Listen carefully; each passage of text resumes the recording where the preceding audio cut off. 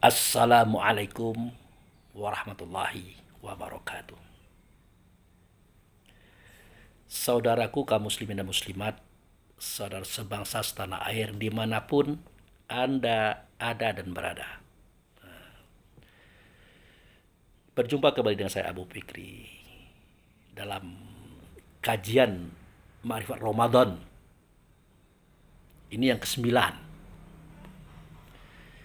Ya biasalah, dalam rangka kebaikan dan kebenaran untuk mempermudah langkah-langkah kita menuju jalan selamat, yaitu Allah dan Rasulnya. Saudaraku kaum muslimin dan muslimat, saudara sebangsa setanah air dimanapun Anda ada berada. Kajian kita di momentum puasa yang ke-9 ini, yaitu mengenai masalah hubungan surat Al-Ikhlas dengan surat Al-Baqarah ayat 255. Surat Al-Ikhlas itu yang Qul huwallahu ahad itu, saudaraku. Surah Al-Baqarah ayat 255 itulah ayatul kursi atau ayat kerajaan. Nanti kita akan melihat hubungannya itu supaya kita lebih paham, lebih dalam lagi seketika kita mengenal masalah ketuhanan, kerusulan serta wujud serta Allah dan Rasul itu. Baik, kita mulai. Di dalam surah Al-Ikhlas kita temukan kalimat yang berbunyi Kul. Kul ini dalam bahasa Indonesianya katakan hai Muhammad. Sampaikan hai Muhammad. Beritakan. Nah, itu yang ngomong itu Jibril.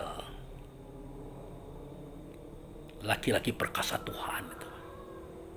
Kepada Nabi Muhammad, anak Abdullah, Muhammad, katakan, sampaikan, informasikan. Apa itu Jibril yang akan saya sampaikan? Nah, sampaikanlah huwa Allah Esa atau satu. Jadi Jibril berkata kepada Muhammad, sampaikan Muhammad, dia itu, ingat, dia itu Allah satu. Nah, sewaktu Jibril berkata kepada Muhammad, Muhammad sedikit tercengang. Kenapa? Huwa di sini, dia di sini bukan Muhammad maksudnya. Ada orang lain. Dia itu, Allah itu satu. Artinya Allah dengan dia itu satu. Satu kesatuan. Nah, kata huwa dan dia di sini bukan Muhammad. Ingat, bukan Muhammad. Jibril ini berkata kepada Muhammad, Muhammad katakan dia itu, Allah itu satu. Satu kesatuan. Disebut dengan Esa. Nah, di mana letak satu kesatuannya? Dijelaskan oleh Jibril, dia satu dengan Allah, tidak bisa dibedakan. Karena suara Allah, kata Allah, perbuatan Allah, dia yang menyampaikan kepada para rasul, para nabi, para raja-raja, termasuk pada kita, saudaraku. Dia yang menyampaikan. Kenapa tidak Allah langsung? Wah, tidak bisa. Kita tidak mampu mendengarkan suara Allah. Jangankan suara Allah. Suara roh saja yang terjebak di dalam tubuhnya seketika tubuh itu sudah mati, tidak mampu kita dengar. Makanya kata Nabi Muhammad, seandainya kamu bisa mendengarkan suara ruh seketika terjebak di tubuhnya, waktu tubuh itu digendong di ringgo-ringgo, sudah lama aku minta kepada Allah, ya Allah, jadikanlah umatku ini, kaumku ini bisa mendengarkan jeritan ruh yang ada dalam mayat. Tapi tidak bisa. Karena kalau itu bisa, niscaya kamu wahai manusia, kamu wahai jin akan mati bahkan binasa. Kalau mati itu tubuh, kalau binasa itu rohnya itu binasa. Jika ruh yang terjebak di tubuh itu, kamu bisa mendengarkannya. Tapi langit dan bumi beserta isinya selain jin dan manusia bisa mendengar itu. Hewan misalnya kan, pohon-pohonan, tanah itu bisa. Tapi kalau kita tidak bisa. Apalagi mendengar suara Allah. Makanya orang yang menangkap suara Allah, kata Allah, bukan orang sembarangan. Tentu orang yang mampu menangkapnya, menampungnya. Nah, cerita ini disampaikan Jibril kepada Nabi Muhammad bin Abdullah. Ingat itu. Bahwa dia itu, Allah itu satu kesatuan, hai Muhammad. Satu dia dengan Allah, tidak bisa dibedakan. Karena suara Allah, kata Allah, perintah Allah, larangan Allah, contoh Allah. Dia yang menyampaikan kepada kaum dan umat, terutama putra-putranya yang jadi rasul, nabi, dan raja-raja, termasuk kita. Tidak ditambahnya dan tidak dikurangnya. Sama persis. Makanya dikatakan dia dengan Allah satu tapi tidak bisa dibedakan. Karena dia tidak akan mengurangi, dia tidak akan korupsi suara info untuk kita hendak. Oke, nah. Berkata lagi Jibril, dia dengan Allah itu satu. Tapi tidak bisa dipisahkan. Kalau dipisahkan, ya bagaimana caranya kita mendengarkan suara Allah, kata Allah, melihat perbuatan Allah sebagai contoh? Tidak bisa. Makanya Allah menjadikan dia sebagai lembaga basyara min tin. Supaya apa? Supaya Allah dan Rasul atau Alhamdulillah atau Ahmad bisa nyata padanya, dengannya, sertanya. Nanti dia akan mengatakan, menyuarakan, mencontohkan kepada kaum dan umat. Tidak bisa kitanya langsung dari diri kepada Allah. Tidak bisa, saudaraku. Jangankan Abu Fikri, kita semuanya, para nabi saja tidak bisa mendengarkan suara Allah langsung. Tidak bisa. Mereka hanya sebatas Jibril, saudaraku. Atau sebatas ayahanda Adam. Termasuk Nabi Muhammad. Beliau tidak pernah langsung kepada Allah dan Rasul, tapi sebatas Jibril, saudaraku. Atau sebatas ayahanda Adam. Perhatikanlah kisah-kisah itu. Setiap dapat wahyu, selalu saja beliau dapat dari Jibril. Selalu begitu. Dari bayi dulu, bahkan dari kandungan itu Jibril semua. Sampai dia dibedah dada waktu usia 6 tahun. Antara 6 tahun 8 tahun, itu Jibril pelakunya. Sampai menutupi dia dengan awan. Sehingga orang mengatakan bahwa Muhammad itu tidak punya bayang-bayang. Itu Jibril pelakunya. Seketika dia duduk di pohon, tiba-tiba pohon itu merunduk. Itu Jibril pelakunya. Sayang betul Jibril kepada Muhammad ini. Nah, seketika beliau hendak Isra Mi'raj, itu Jibril yang membawanya. Makanya subhanallazi asra bi'abdihi. Sucilah dia. Siapa itu? Jibril. Yang telah memperjalankan hambanya. Siapa itu? Muhammad itu. Ada kisahnya, ada sejarahnya, saudaraku. Ada ayatnya lagi. Real. Nah, itu. Kemudian Jibril pula yang membawanya dari Mekah ke Palestina saat itu. Tepatnya di Masjid Al-Aqsa. Dan membawa Muhammad naik kepada Allah dan Rasul di langit. Mulai langit 1, langit 2 sampai langit 7. Al-Jannatun Na'im, Sidratul Muntaha dan Aras. Jibril semua melakukan itu, saudara. Tidak ada Muhammad berhubungan dengan Allah atau Rasul. Tidak ada. Pasti melalui Jibril. Apalagi kita. Gitu.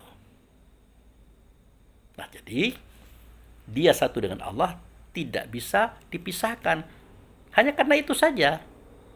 Karena kita tidak mampu menerima info dari Allah itu langsung. Jangankan kita, para nabi, para wali, tidak bisa. Makanya mereka selalu didatangi oleh Jibril.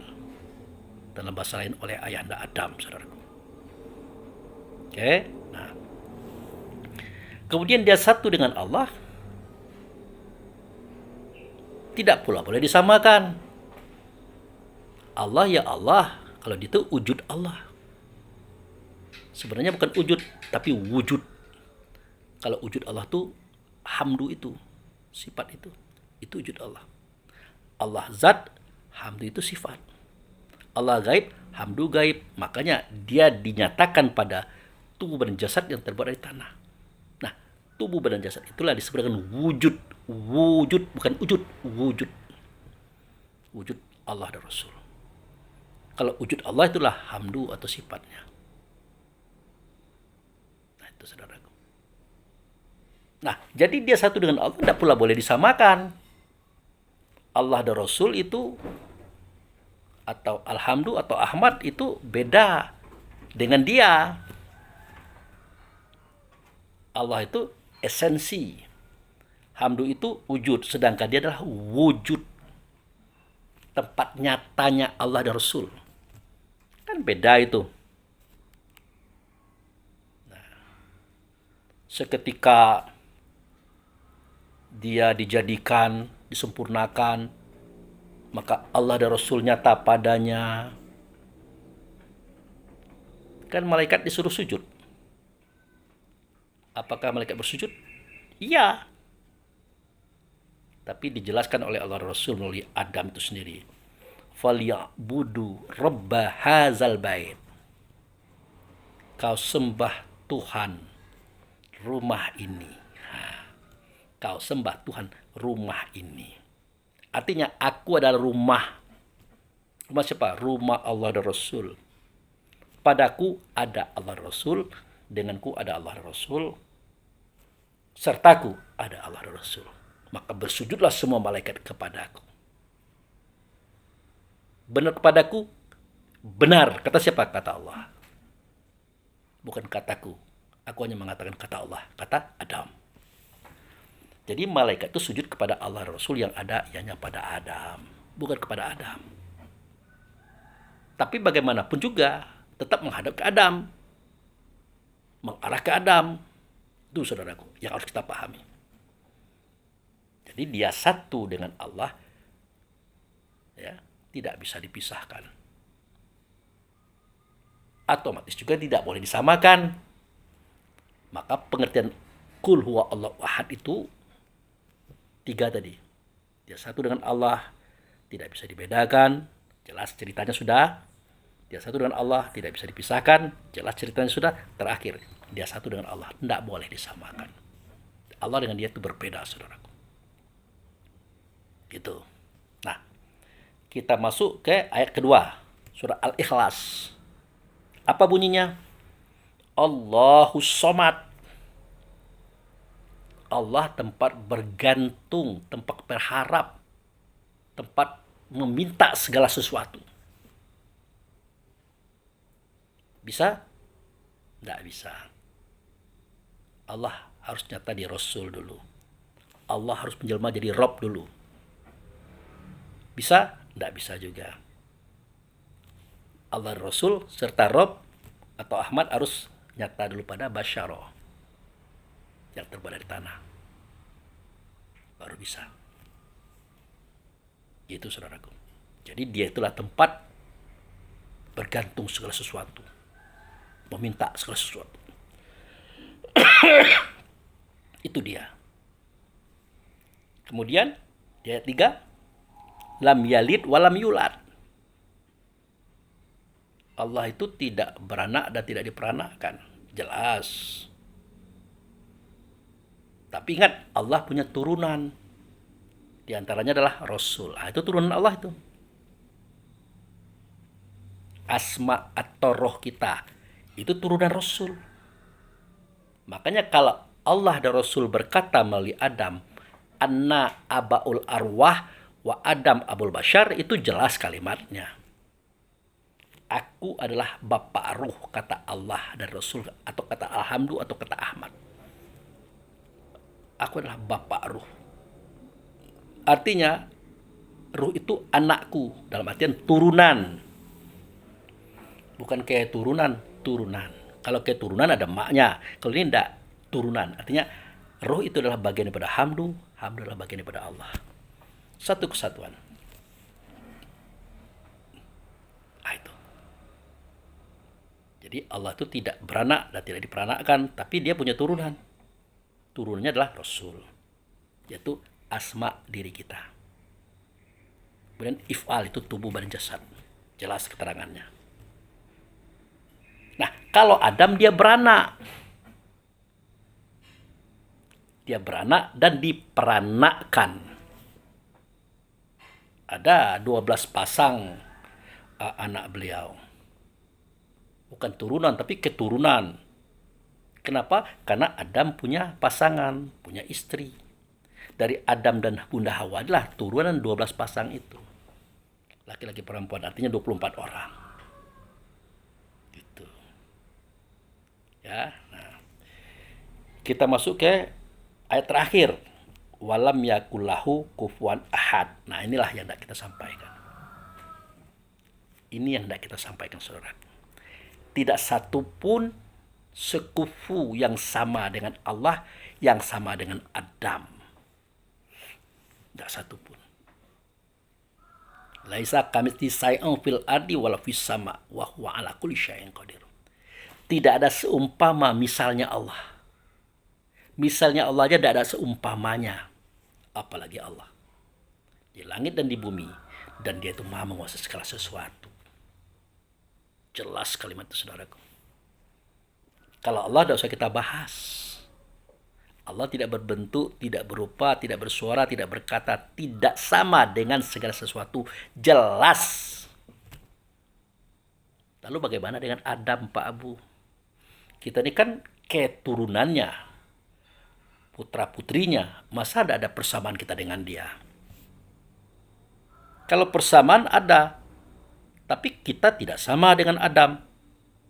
Ingat, kalau persamaan ada, karena dia adalah ayahanda kita. Bunda Hawa adalah ibunda kita. Tapi sama tidak. Apa bedanya, Pak Abu? Oke. Kita tidak berbicara kita ya. Kalau kita ini terlalu rendah dibicarakan. Disejajarkan dengan beliau ayahanda Adam. Terlalu rendah, saudaraku. Kita bicarakan saja para nabi dan rasul. Dari Idris, Nuh, Hud, Lut, Saleh, Ibrahim, Ismail, Ishak, Yakub, Yusuf, Ayub, Shu'aib, Musa, Daud, Sulaiman, Zulkifli, Yunus, Zakaria, Yahya, Isa, Muhammad. Kita bicarakan mereka saja. Jadi perbedaan antara Adam dengan para nabi, para rasul, para raja-raja ini, pertama, Adam itu bapaknya. Para nabi, para rasul, para wali tadi anaknya. Beda kan? Ya beda lah. Masa sama bapak sama anak? Beda. Ya. Kemudian Adam itu dijadikan terdahulu. Kalau para nabi tadi terkemudian. Sudah. Adam itu dijadikan dari tanah. Para nabi tadi dijadikan dari saripati tanah. Sudah. Adam dijadikan tanpa ayah, tanpa bunda. Para nabi tadi dijadikan. Ada ayah, ada bunda. Kecuali yang 4. Siapa? Belian Ibnu Mulkan. Dia punya ibu, tidak punya ayah. Ali Anafiyah Ibnu Ali. Dia punya ibu, tidak punya ayah. Isa Ibnu Maryam. Dia punya ibu, tidak punya ayah.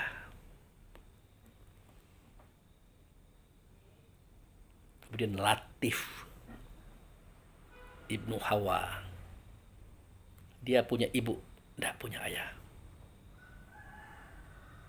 Itu dibedakan ya. Nah, tapi para nabi, para raja-raja yang lain punya ibu, punya ayah. Kalau Adam tidak. Sudah. Para nabi, para raja, dia ada masa dikandungi oleh emaknya. Ada masa lahir, bayi, balita, anak-anak, remaja, dewasa, berbaya, tua, dan mati. Kalau Adam tidak dikandung, tidak dilahirkan, tidak balita, tidak remaja, tidak berbaya, tidak dewasa, dan tidak mati. Dia langsung nyata adanya. Dia langsung gagah perkasa dalam kedewasaannya. Kalau ada orang mengatakan Adam itu dikandung oleh emaknya, ada sih emaknya Adam, kan ada di YouTube itu. Maaf, kita berbeda paham di sini. Adam itu tidak ada emak dan tidak ada ibu. Real adanya, saudaraku. Itu sudah berbeda. Nah, kemudian Adam ini dia tidak makan, dia tidak minum, dia tidak mengantuk, dia tidak tidur, saudaraku. Nanti di ayat kursi itu kita lihat kebenarannya itu. Ingat, dia tidak makan, tidak minum, tidak mengantuk, tidak tidur, saudaraku. Ada kisahnya di ayatul kursi, Al-Baqarah ayat 255. Kalau para nabi tadi, dari Idris sampai Muhammad itu dia makan, minum, ngantuk, pakai tidur dia itu. Sudah? Kalau Adam itu tempat nyatanya Allah dan Rasul. Adam itulah rumah Allah, saudaraku. Maka malaikat sujud kepada Allah dan Rasul atau Alhamdulillah atau Ahmad karena dia ada dalam dada Adam. Itu yang dimaksud dengan falyabudu rabb hadzal bait. Kau sembah Tuhan rumah, bukan rumah, Tuhannya, tuannya. Adam itu adalah rumah. Tuhannya adalah Allah Rasul atau Alhamdulillah atau Ahmad ada dalam dada beliau. Tapi apa boleh buat? Karena Allah dan Rasul atau Alhamdulillah atau Ahmad alam dada Adam, yang ngadapnya ke Adam lah. Mau tak mau. Gitu.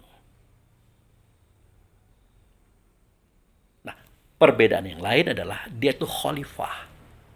Raja yang dirajakan oleh Allah dan Rasul. Pemimpin langit, pemimpin bumi.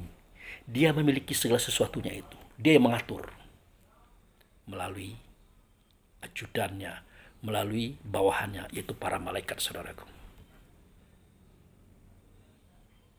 Ini yang hilang.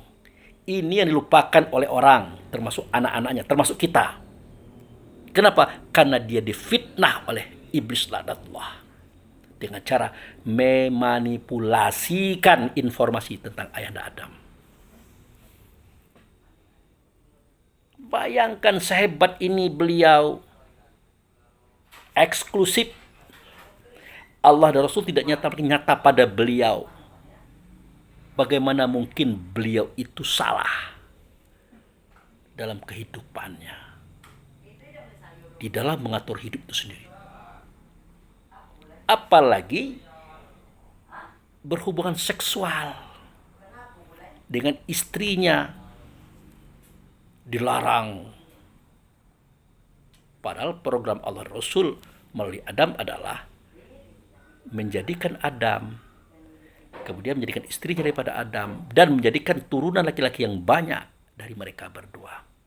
Lalu kenapa seketika itu dilaksanakan programnya, maka Allah dan Rasul yang ada dalam dada Adam menyalahkan Allah dan Rasul itu sendiri, atau menyalahkan Adam. Terlempar pula dia, berpisah pula 300 tahun, menangis pula dia, mohon ampun pula dia. Ini pemalsuan sejarah, saudaraku. Dan kita ada dalam kepalsuan itu karena kita kurang berpikir. Sehingga kita tidak ingat kisah ini. Jadi Allah ini tidak pelin-pelan. Iya, ya, iya, tidak, ya, tidak. Kalau dari awal Allah mengatakan dia dan Rasul ada dalam dada Adam, maka semua malaikat sujud kepadanya. Kenapa di akhir kisah kok Allah dan Rasul jadi hina dan dihinakan oleh Allah dan Rasul sendiri? Karena dia melaksanakan program dia sendiri. Kok bisa begitu yo? Ini tidak terpikirkan. Belum lagi seketika kita melihat seketika Adam itu turun kepada anak-anaknya, putra-putranya, para raja dan nabi-nabi, terutama Muhammad. Tak satu pun suara kata Allah Rasul melainkan pasti melalui Jibril. Hai Muhammad, katakan hai Muhammad, katakan hai Muhammad. Kenapa Jibril berkata seperti itu?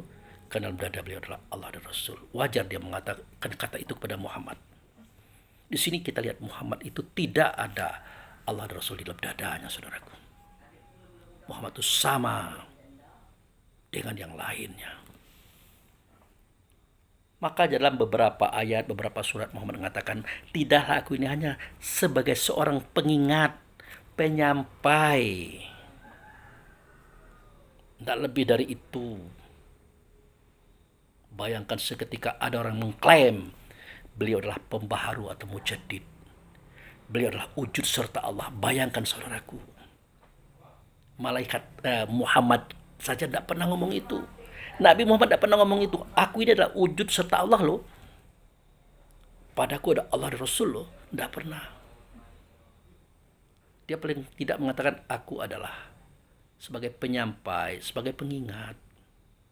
Oleh karena perananku sebagai penyampai, pengingat, maka aku tidak bertanggung jawab atas kalian semua. Kalian mau iyakan atau tidak? Kalian mau menerima atau tidak? Kalian mau mengamalkan atau tidak? Itu tidak urusanku, kata Muhammad. Artinya aku tidak bertanggung jawab kepada kalian. Tapi menyampaikan ini bertanggung jawab harus. Karena ini pesan daripada Allah dan Rasul yang ada pada dada Jibril atau ayat Adam. Harus. Ini saudaraku perbedaan Adam dengan Muhammad. Sangat banyak. Maka ngeri rasanya kalau orang akhir zaman berani mengklaim dia adalah tempat nyata Allah Rasul. Dia adalah mujaddid. Dialah yang disuruh oleh Allah menyampaikan informasi kepada semua kaum. Padahal dia lahir baru. Tolong direnungkan saudaraku. Nah, itu kisahnya. Jadi berbeda Nabi Idris sampai Muhammad dengan ayahanda Adam ini beda, banyak bedanya saudaraku. Banyak. Makanya dikatakan walam yakullahu kufuwan ahad. Tak satu pun yang sekupu dengannya. Tak satu pun. Kalau bentuk dan rupa oke lah, dari bentuk kita sama dengan ayahanda Adam, tapi kita tidak sama. Dalam bentuk dan rupa kita sama dengan ayahanda Adam, tapi kita tidak sama. Tidak samanya banyak. Gitu. Oke. Nah, ini adalah keterangan surat Al-Ikhlas. Mengatakan bahwasanya Muhammad, kata siapa? Kata ayahanda Adam. Saat itu dia berperan sebagai Jibril. Nah, Muhammad, katakan ya, dia itu. Dan Allah satu. Tidak ada Jibril mengatakan kamu dan Allah satu. Tidak ada. Renungkan saudaraku. Tidak ada. Kalau kamu dan Allah adalah satu, pasti dia mengatakan anta. Engkau. Bukan huwa. Ini kan huwa ini. Huwa ini adalah orang yang ketiga. Aku, engkau, dia. Tolong direnungkan saudaraku. Kalau engkau adalah satu dengan Allah dan Rasul, berarti kalimatnya anta. Kul anta. Allahu ahad. Katakanlah engkau dan Allah itu satu. Ini kan bukan anta. Huwa. Hai Muhammad. Dia. Allah satu. Bukan begini. Hai Muhammad. Engkau Allah satu. Tidak ada itu. Jadi saya berkata ini saudaraku berdasarkan fakta, data. Makanya kita berani menyampaikan. Karena ada datanya, ada faktanya. Dalam akal fikir memang tidak nyambung. Kalau Muhammad itu dikatakan wujud serta Allah atau Allah dan Rasul ada dalam dadanya, tidak nyambung. Karena kalimatnya bukan anta tapi huwa. Kul huwa Allah ahad, kan begitu. Entah kalau kita mau merubah ya apa boleh buat, terserah Anda. Kul anta Allah ahad, terserah. Tapi saran saya jangan. Jangan kita membuat-buat, mengada-ngada. Nanti kita terjebak loh dalam kekeliruan yang salah. Salah itu bersangatan, saudara. Neraka kita. Oke? Nah, jadi kul huwa Allah ahad itu jelas. Katakan, hai Muhammad, dia itu Allah satu. Satu yang bagaimana? Satu dia dengan Allah tidak bisa dibedakan. Satu dia dengan Allah tidak bisa dipisahkan. Tapi satu dia dengan Allah tidak pula boleh disamakan. Allah itu adalah intinya dia. Dia adalah tempat nyatanya Allah. Allah itu wujudnya adalah sifat. Allah ada sifat, wujudnya adalah Adam. Namun dalam kesimpulan, Adam itu adalah wujud daripada Allah. Tempat nyatanya Allah bagi siapa? Bagi semua para nabi dan rasul, para wali termasuk kita. Yang bukan nabi, yang bukan wali ini. Tuh. Sudah? Kemudian Allahus Samad.